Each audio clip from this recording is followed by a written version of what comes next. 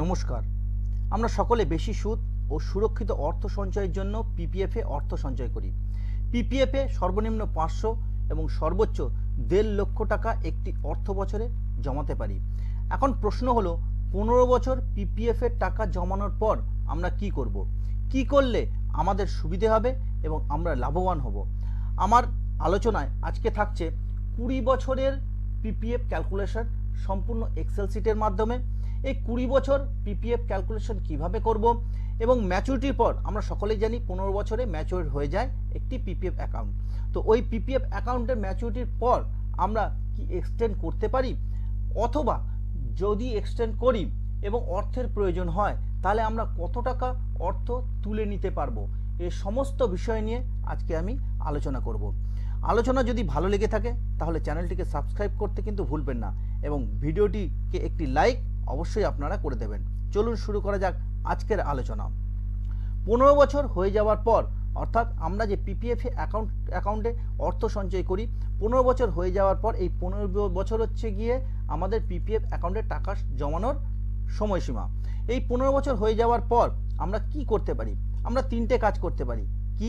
একটা হচ্ছে কি close of PPF account. PPF অ্যাকাউন্টকে আমরা ক্লোজ করে দিতে পারি এবং আমাদের যে জমা রাশি এবং তার সাথে সাথে যে সুদ পাবো, বর্তমানে পিপিএফে সুদ 7.1%, এই সুদ পাবো, এই সুদ এবং জমানো রাশি আমরা কিন্তু তুলে নিতে পারি।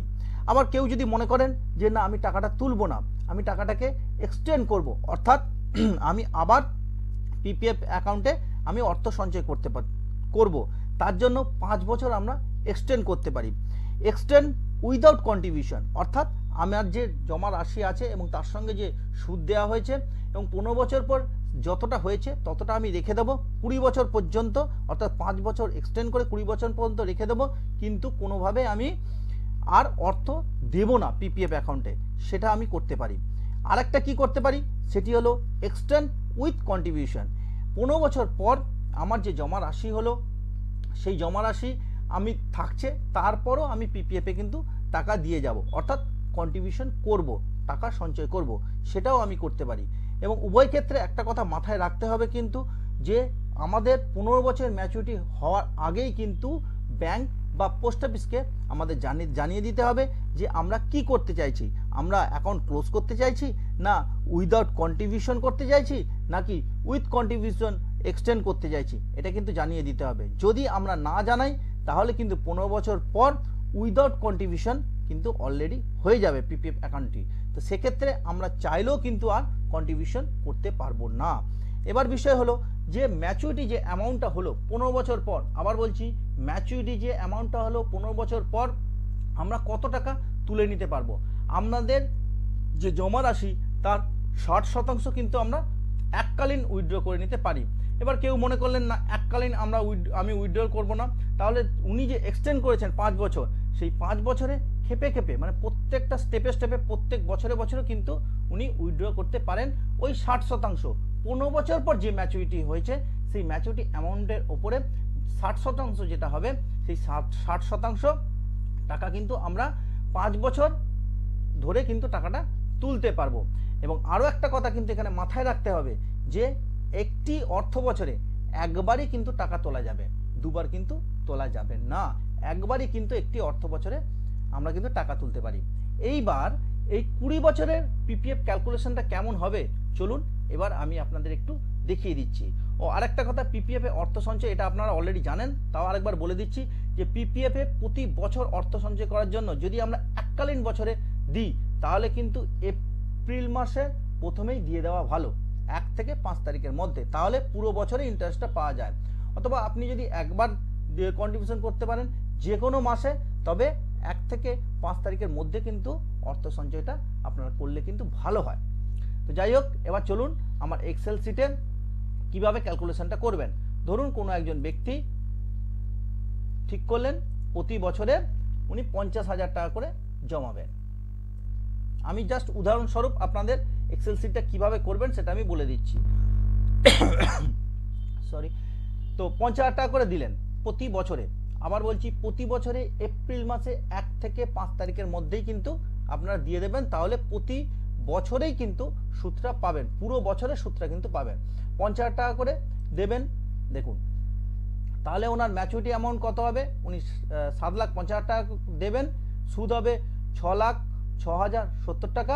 ওনার ম্যাচুরিটি অ্যামাউন্ট হবে 13,56,070 টাকা। এই যে ম্যাচুরিটি অ্যামাউন্টটা দেখতে পাচ্ছেন, ম্যাচুরিটি অ্যামাউন্ট। এইবার এর 60%, এই দেখুন উইথড্র করা যাবে, এর 60% কত? 8,13,682 টাকা। এই দেখুন 8,13,682 টাকা। এই টাকা কিন্তু উনি উইথড্র করতে পারবেন। এবার ধরুন উনি উইথড্র করলেন না, তাহলে ওনার যে 15 বছর পর অ্যামাউন্টটা থাকছে, অর্থাৎ কন্ট্রিবিউশন পরের 5 বছর উনি যদি এক্সটেন্ড করেন, তাহলে কিন্তু এই 15 বছরে সেই একই থাকবে, 13,56,070 টাকা। এইবার ধরুন উনি 15 বছরে কিছু টাকা উইথড্র করে নেবেন, সাপোজ ধরুন 5 লাখ টাকা, 5 লাখ টাকা উনি উইথড্র করে নেবেন। আবার বলছি, উইথড্র অ্যামাউন্ট 60% কিন্তু ক্রস করবে না, এখানে দেওয়া আছে 60% অ্যামাউন্ট কিন্তু ক্রস করবে না। তাহলে উনি যদি 5 লাখ টাকা উইথড্র করে নেন, তাহলে ওনার কন্ট্রিবিউশন অ্যামাউন্ট কত হচ্ছে? 8,56,070 টাকা। এবার সেই 8,56,070 টাকা ওনার যে 5 বছর এক্সটেন্ড করছেন, মানে 16 বছরে গিয়ে ওনার সেই টাকাটা কিন্তু থাকছে, ওপেনিং ব্যালেন্স কিন্তু সেইটা হচ্ছে, এই দেখুন এখানে করা আছে ওপেনিং ব্যালেন্স। এবার উনি পরের 5 বছরের জন্য উইদাউট কন্ট্রিবিউশন করলেন, মানে উনি এই ইয়ারলি যে ডিপোজিট উনি দিলেন না, তাহলে ওনার 20 বছর পর ম্যাচুরিটি অ্যামাউন্ট হবে 12,06,303 টাকা। এবার উনি ধরুন চিন্তা করলেন যে না, আমি যে 50,000 টাকা করে দিচ্ছিলাম সেই 50,000 টাকা করে দিয়ে যাব, তাহলে 50,000 টাকা করে উনি দিলেন, 50,000 টাকা করে দিলেন কত না 5 বছর, 5 বছর উনি 50,000 টাকা করে দিলেন। দেখুন তাহলে ওনার ম্যাচুরিটি অ্যামাউন্ট হবে 15,14,870 টাকা।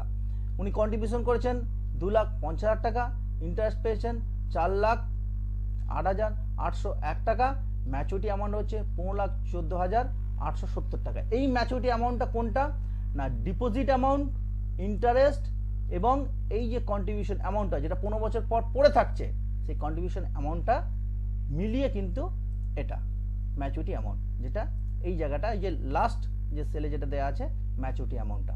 এইবার একটা জিনিস আপনারা ভাবুন, এই যে উইথড্রল আপনি একবার করেছেন, তাহলে আপনার হাতে কিন্তু এখনো 3,13,642 টাকা কিন্তু আছে। এই দেখুন এই জায়গাটা উইথড্র করেছেন 5 লাখ টাকা, ওনার উইথড্র করার লিমিট হচ্ছে গিয়ে 8,13,642 টাকা। তো উনি এখনো পর্যন্ত এই 5 বছরে, এই যে ইয়ার 1, ইয়ার 2, ইয়ার 3, ইয়ার 4, ইয়ার 5, এই 5 বছরের মধ্যে কিন্তু আরও 3,13,642 টাকা কিন্তু উনি উইথড্র করতে পারবেন। আশা করি কিছুটা হলেও তথ্য আপনাদের দিতে পারলাম। এবং হ্যাঁ, আরেকটা কথা, এই উইথড্রল অ্যামাউন্ট কিন্তু 1 বছরে একবারই কিন্তু হবে, দুবার কিন্তু উইথড্র করা যাবে না, যেটা পিপিএফ এর রুলস অনুসারে।